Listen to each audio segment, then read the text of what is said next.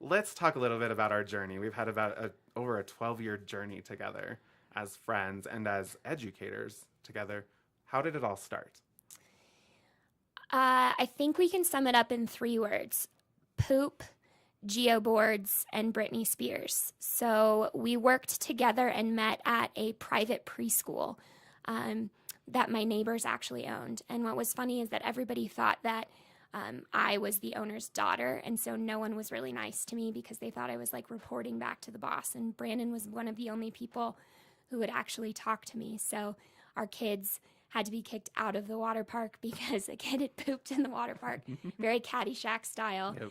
And so we were in the tech lab, which is where he worked at the time. And our kids were playing geoboards and computers, and him and I just sat and fidgeted and started talking about life. And it was pretty easy after that. Both passionate, fun-loving people. So it was an easy connection to make, I think. I just remember you walking into the room and, of course, having to deal with children changing and then being sort of disappointed that the water park was closing because of an incident was quite fun. And trying to figure out how you teach technology with only 6 really old computers and thus needing other activities such as geoboards and dancing and fun things like that. And yeah, I remember hearing about you and like a lot of the rumor around you being the boss's daughter and getting clarification from you and just your brilliant personality and how, just eager you were to learn more. And I remember you were finishing up school at CU, I recall, Yeah. and thinking about what you were going to do in education and being able to talk to someone and get rid of a lot of those misconceptions about you and finding out you were just the babysitter and just getting to really know you and then forgetting your last name. And I remember getting an email because I moved to teach preschool at the school I went to as a kid, actually, Sand Creek Elementary. And getting an email from the principal that they've hired this new 5th grade teacher, Penny Wyman, at the time, and texting you and being like, "What's your last name?" And finding out it was you that was going to again reemerge in my life and get to be at Sand Creek and teach 5th grade and then moving into technology and getting to actually teach your kids and co-teach. And from there was a lot of other things that happened.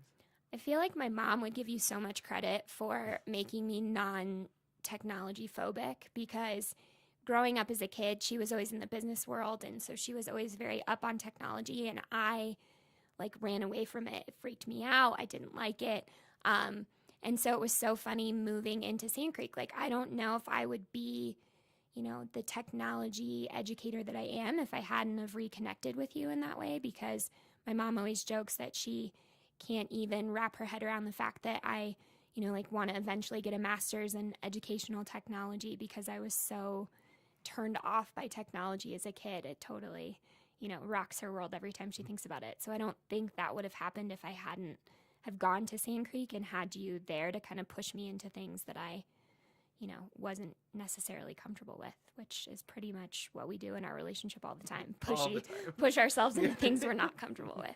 About sums it up. I do. I recall a lot of that. And then I remember feeling pretty bummed that you were leaving Sand Creek to go to Ben Franklin Elementary and Littleton Public Schools. And really sad because I always remember you bringing your kids down and not leaving a lot of times. And this was like your only chance to go to the bathroom as a teacher or to just take a break or to eat your lunch that you didn't get to eat during lunchtime. And you having just wild ideas of things you wanted to have your kiddos do and how could I support you with that. And so finding out you were leaving was a big bummer because not every teacher's like that in a building. And I was doing a lot of the pushing for a lot of teachers too and doing a lot of that heavy lifting of technology and trying to co-teach with them. But working with you, you had tons of ideas and just needed help implementing. And so when you left for Franklin, you think about how many relationships just sort of like go away when people leave from your work life and, always only knowing you as an educator. That was really tough. And I was worried that we wouldn't have a friendship. And it actually got stronger. And holy cow. Because we continued to just talk to each other, and we got to go to an EdCo together, and I remember doing that a few years ago, and then we were at an EdCo, and we had a really fun moment that I'll let you elaborate on a little bit. Yeah, well, I think it made it easy to continue a relationship because, you know, I'm an avid reader, a big Roald Dahl fan, and I've always kind of seen our relationship professionally as like Charlie and the Chocolate Factory. Like, you have always been my Willy Wonka, and I've always been the Charlie of like, you know, give me more, I want more, and I want to create, and I want to know how all of this works. And so I've always seen our relationship that way. And so it makes total sense that every time we get together, it's just, how can we change? How can we innovate? And we play off each other so well in that way. And so when we were here 2 years ago, it was this understanding of how do we, you know, take all of this excitement and passion that we get in June by being surrounded by all these amazing people, and how do we translate that into our everyday lives during the school year? Because I know being in the classroom, that was always the struggle. I'd get all these great ideas.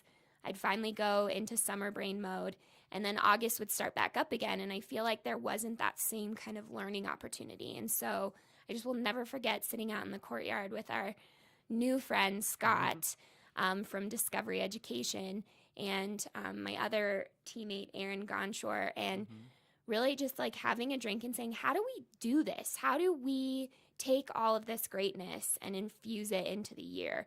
And so that was kind of where we call it our education baby was born, which is collaborative, which even just coming up with the name was so much fun. Yep. But we were like, we want to collaborate, but we're in Colorado. So it was such kind of a natural progression. But I think for me, what's so powerful about it is it continues that Willy Wonka-esque type of relationship that you kind of still oversee everything and kind of pull it all together. But then you take all of these people who show up in your factory and say, you know, let's empower you to do this. And I think in the world that we live in of education, it's so important for teachers to feel heard and valued. And I think what's so special about what we've created is we take people who wouldn't normally put themselves out there and give their ideas and their passions meaning, because, you know, people tell us all the time, like, oh, this tool isn't that great, or like, I'm sure everybody's way past this, but it's, you know, it's backtracking them and saying, no, absolutely not, because you might use it in a way we didn't think about, or like that tool to you is such a building block, like expand on that. And I think that's so powerful that we're giving teachers their voice. You know, even doing StoryCorp, I think, is so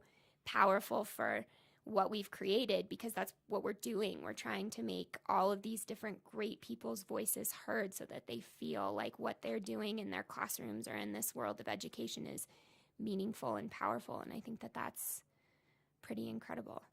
Is there a particular example you can think of that is meaningful to you that you could describe?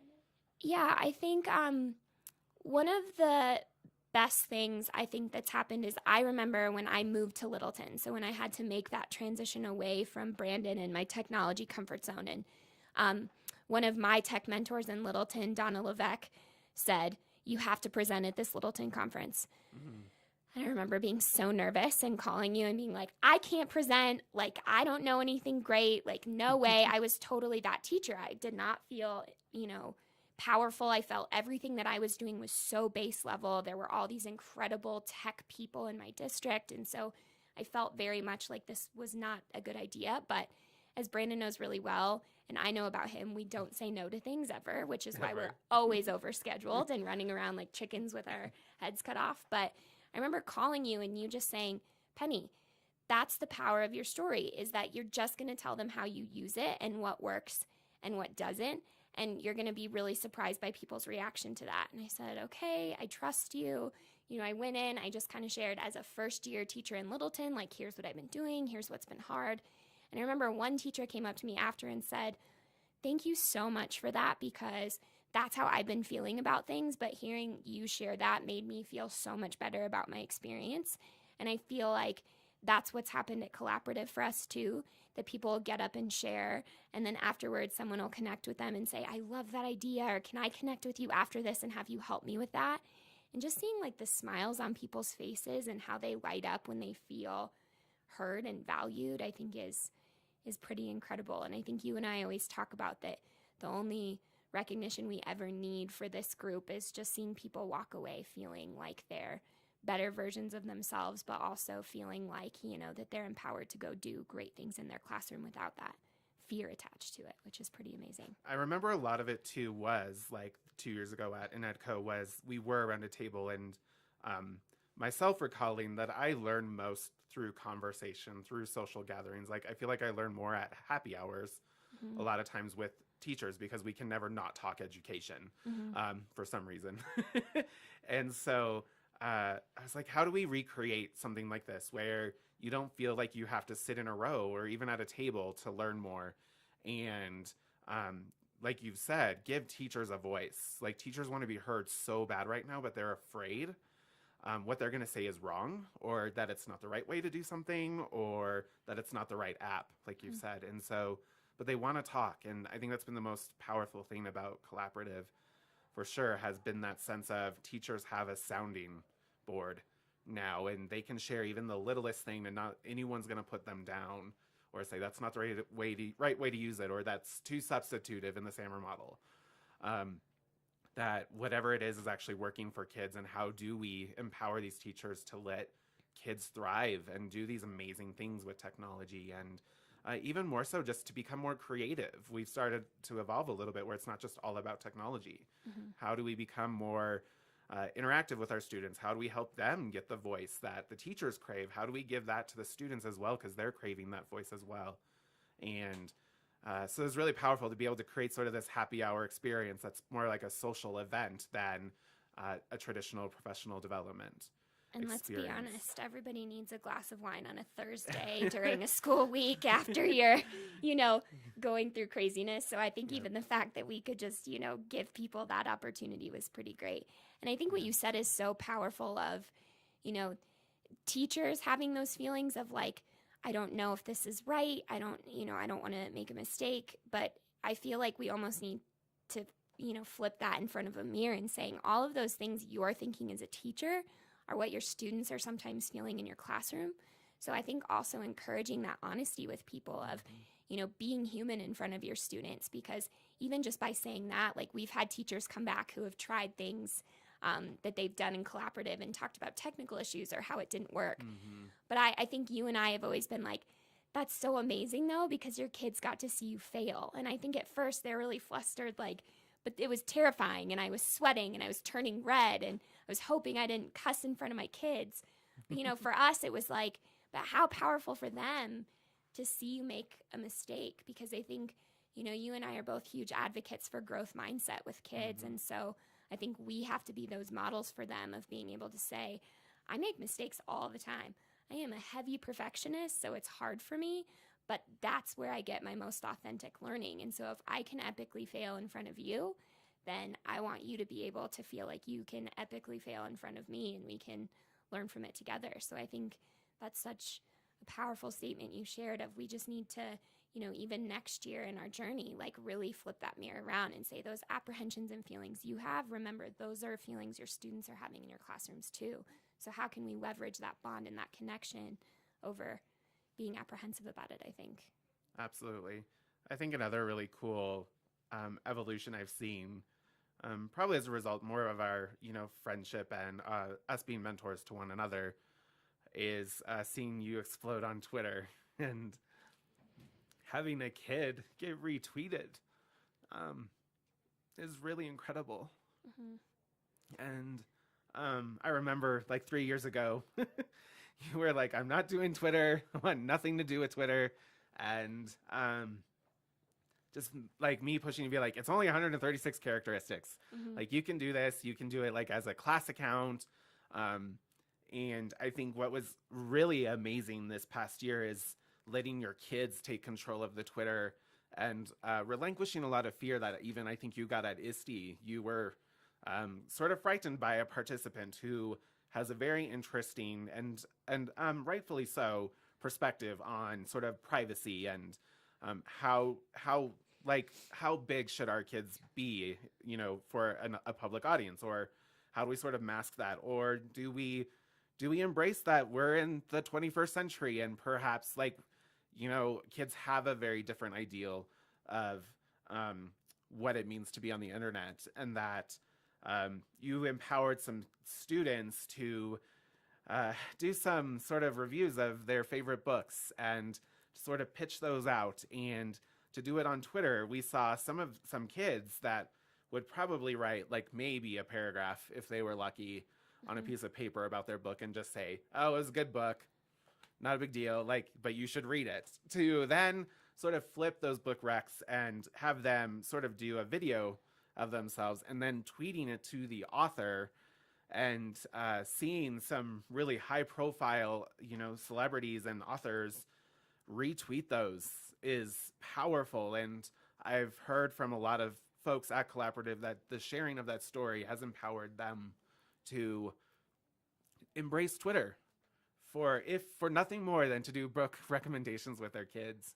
But Totally. that was really cool to see your kids grow, having seen them at the beginning of the year and where they were, and having them start to, evolve as fourth graders and be able to do things. But that sense of just, you're going to go maybe against the grain a little bit and say, "You know what, dude, like, fine, you believe that for data privacy, but I believe differently," really comes across. And then also reading some letters from, like you mentioned, Donna, but as having a work colleague as a parent is a whole other layer that was added into your mix this year. But hearing that she just has seen so many great things come from her daughter because of the things we teach everyone at Collaborative and what we learn here at Anetco, and it was really incredible.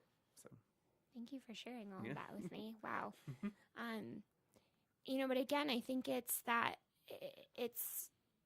ability to be consistently supported in creation, that I think the beauty of our job and the beauty of the state that education is in, even with however many flaws that there are and how burned out we can all get, I think every teacher will, or any person in education will openly say that they love what we do because we get to create all the time. Nothing ever stays the same. My job looks so different one day to the next. And so I always joke I can sit and plan for my week, and then my plan book is shot by Monday because everything evolves. And I think, having people in your life and having mentors who support that ability to just kind of dive into things head first and, that didn't work, this worked, and this worked so well. How can we take it to this next level? I think that's helped enormously because you're right. I totally was that person that I'm now presenting to of, I don't really need to have a voice on Twitter. I don't have anything to say that I feel like that would be a great platform for me. And then it was, oh, but I can connect to other great people. So let me just use it as that professional learning network and hear from other people that I admire.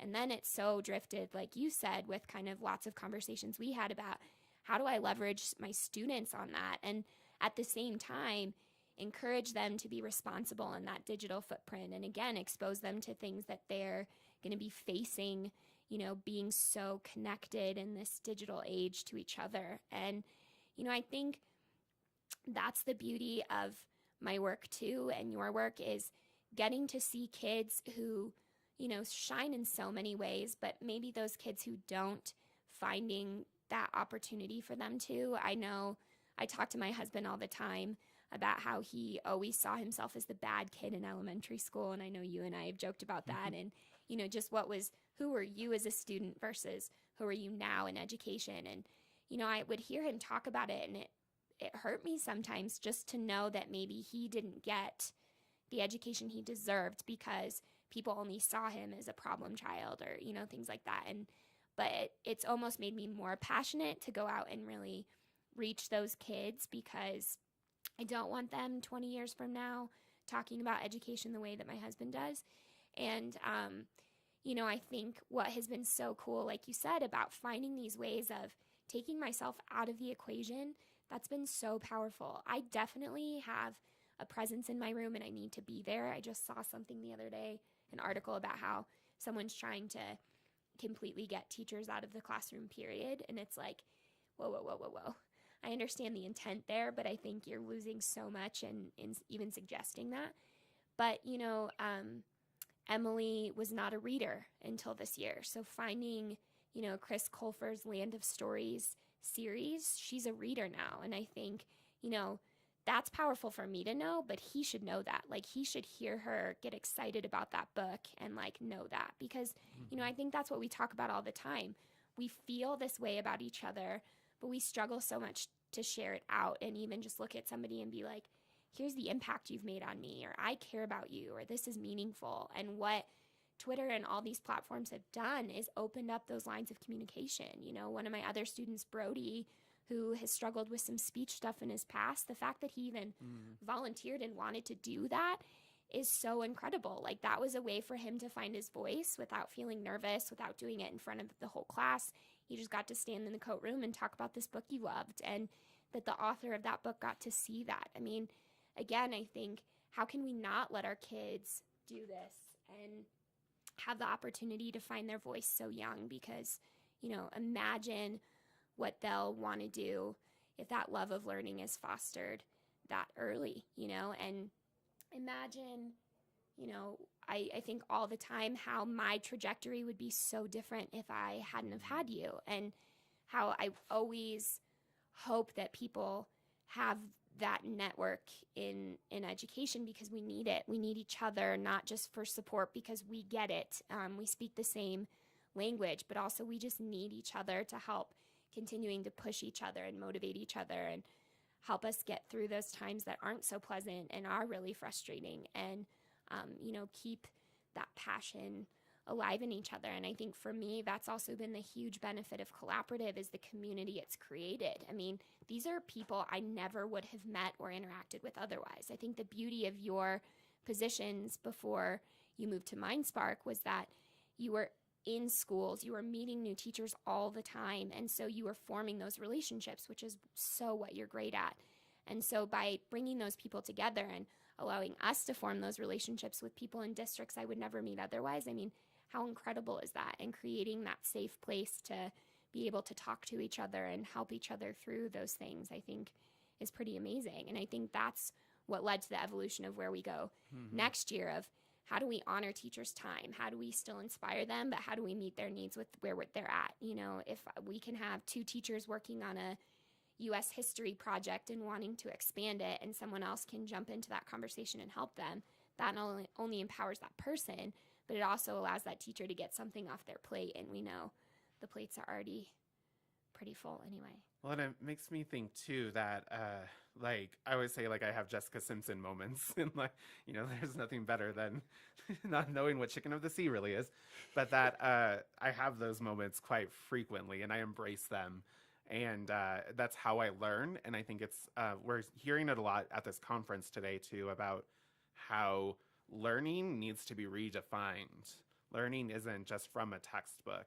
It can incorporate a textbook, absolutely, but there's not like a one-size-fits-all model anymore.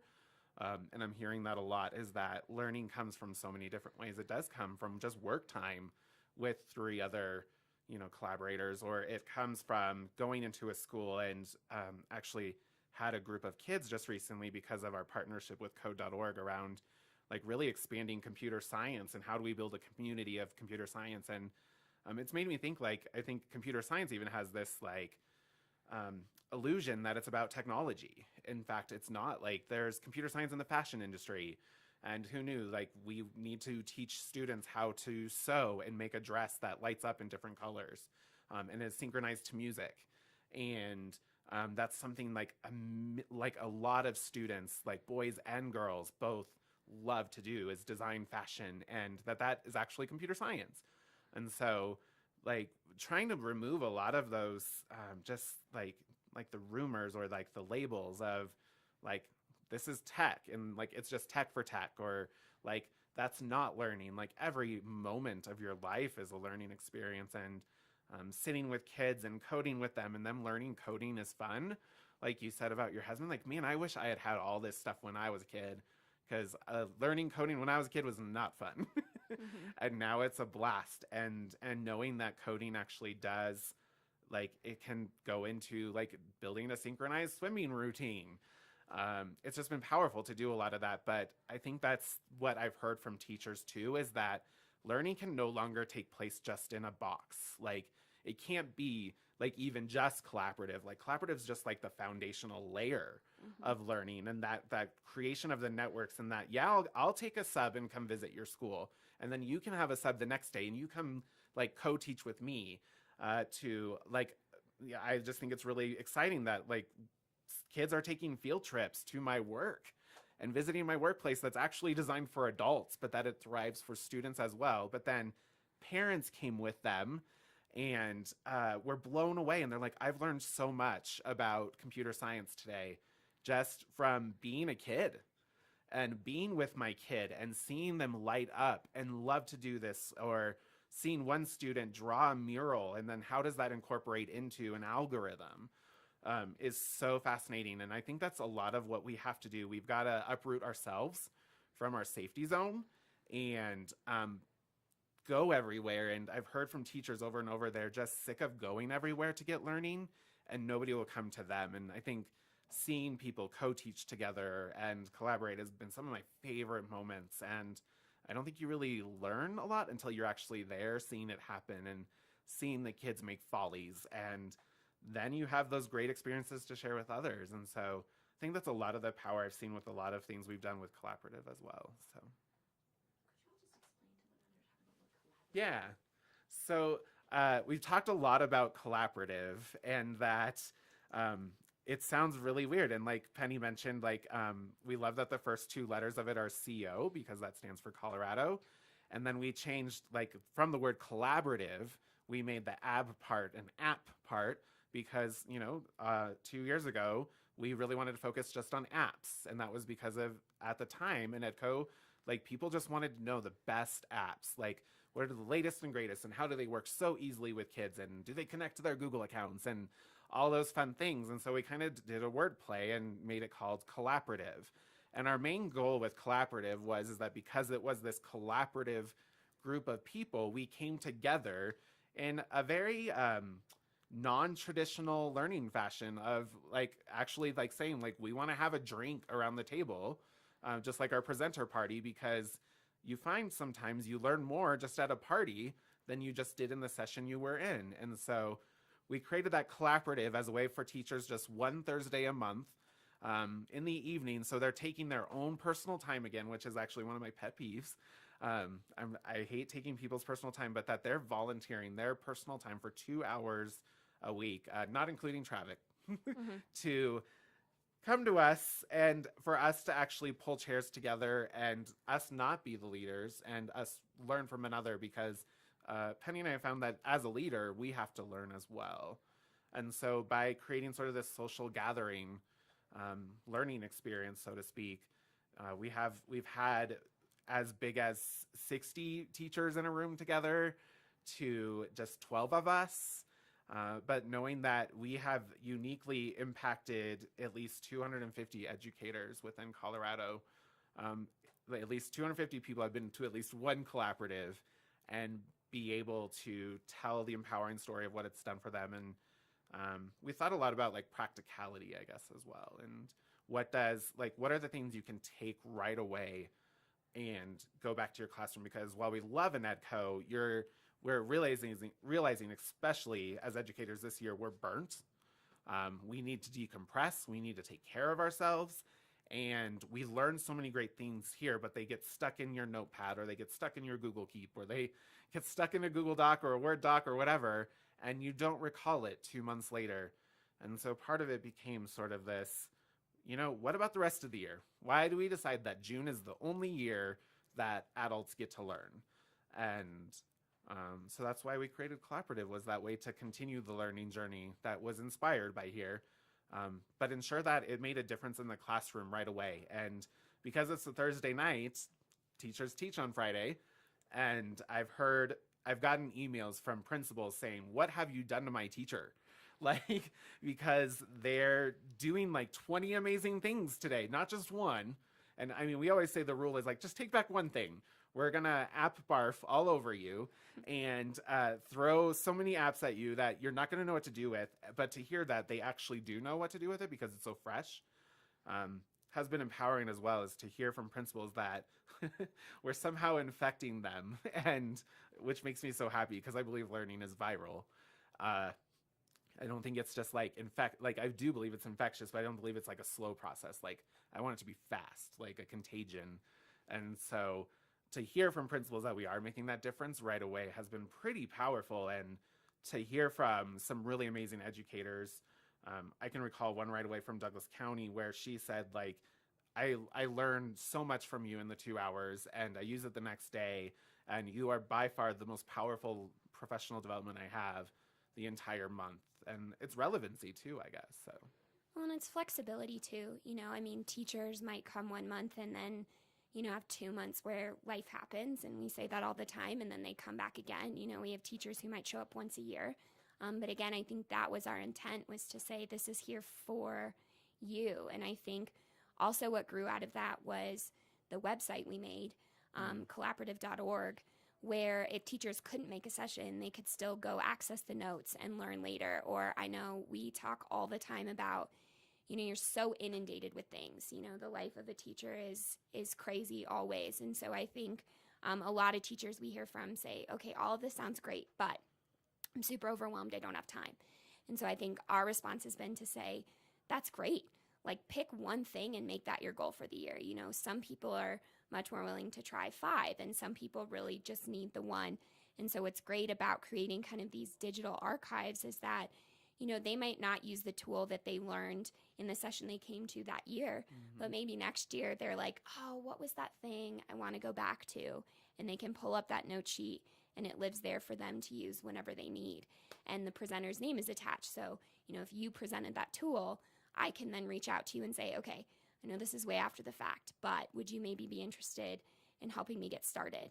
And I think what's so powerful in our profession, but also hard, as you said, is that teachers are very selfless beings by nature. I think to do what we do, you have to have that element of your personality.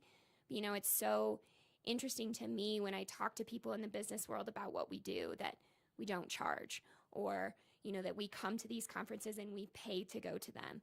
When I presented in Littleton last week about Twitter, and I had this woman ask, I really want to do this. I just don't know if I can do it on my own. And I said, well, let's go out this summer and have coffee. And if I sit down with you for 30 minutes, you'll be ready to go.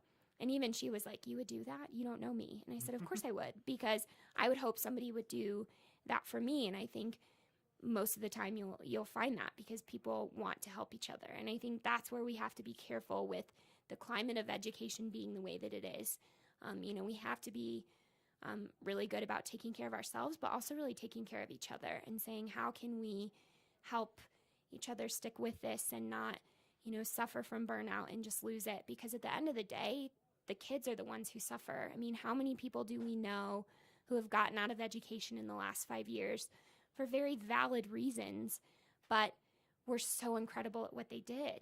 And that is, the antithesis of it, of we can't keep losing great people because of the system. So how, knowing we can't change the big system right now, how can we be little agents of change that can kind of run around and do these things that, help keep these classrooms being what we know that they can be? And I think that's the piece we have to honor too, is that, we've got to meet people where they are, and we've got to understand, just like our students, that there's different learning styles and different ways of sinking into material. And while you and I can run at 1,000 miles a minute, some people run at 5. And like the fact that I have a teammate coming up to this conference this year who hasn't been in a while, but is like totally pushing herself out of her comfort zone to come, is, again, those are the things we need to latch on to. We need to surround ourselves to those people who are maybe on that peripheral even more, just to say, we're not here to overwhelm you. What's one thing that you would want to do? And how can we find people to come alongside you to help support you in that work? Because I think, we talk all the time about authentic learning opportunities, and we have to create authentic learning for the teachers so that the teachers can then create authentic learning for their students. Because it's what you were saying, we have to find balance in our classrooms. There's so many things that we could do that might not have any validity or really impact students. So when you really sit down and think, what do I want out of this lesson? What do I want out of this unit? It has to be really purposeful, and it has to be technology, and it has to be, innovative ways of thinking.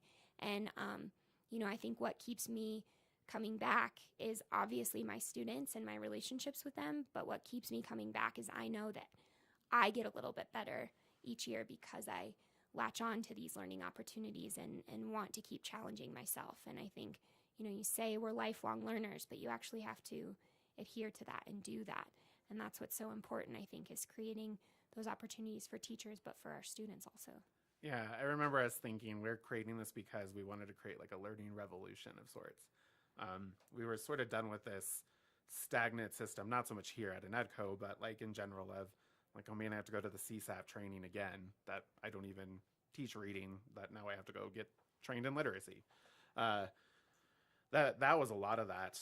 And so I'm glad you brought that up because, yeah, we really with Collaborative have done an incredible thing of like just, I mean, I don't think we even plan to impact 250 educators. And who knows what the next year will bring. So I really like that you brought that up because that was really our way of kind of saying no to the system and saying we will not like just, like assimilate to it. And that's been really powerful. So I have a question for you to kind of wrap this all up. So we talked about Yes. all these incredible things and these inspiring moments. And just really quickly, like what sort of like inspiring moment do you have as an idea to create in the future for this next year? So we've done a lot of things to now. Like Yeah. what's like the next revolution for you and your students? I think I really want to revolutionize my concept of Genius Hour. I think I tried to implement that a few years ago and was really excited. And part of it worked and part of it didn't. Time constraints are hard. But just going even to the keynote today, it's been swirling in the back of my head, but now it came to the forefront of like, what if I create a website that my kids contribute to? They make videos about things that they want to share out. Like, do you want to teach somebody something? Do you want to just share your story? What if they find a social justice project that they want to do and they all want to band together and they use the, different technology pieces to help them bring that to the forefront. So I think with the success of their voices on Twitter this year, I want to kind of take that to the next level, but give them more time to kind of create and, find ways of sharing their voice with things that matter to them, but that can also help others, because that's a big thing I try to encourage in my classroom is stepping outside of ourselves and how do we impact the world? How do we make ourselves and the world around us what we want it to be? So I think that's my next big project this summer is figuring out how does that look? What kind of constraints do I put on it? What do I not? And just kind of see what happens. But I'm really excited to kind of take the great work that's happened this year that my kids have done and allow them to kind of take it and personalize it even more next year. Using technology is a really great leverage for that, I think. What about you and professional development? Oh, sure. So Genius Hour is essentially 1 hour that you set aside time for kids to work on passion projects. So, just like in education, there's 50 names for everything. But so for me, that looked like 1 hour on Fridays during our writing block in my classroom. My kids got to work on their projects. So some kids wanted to write a book.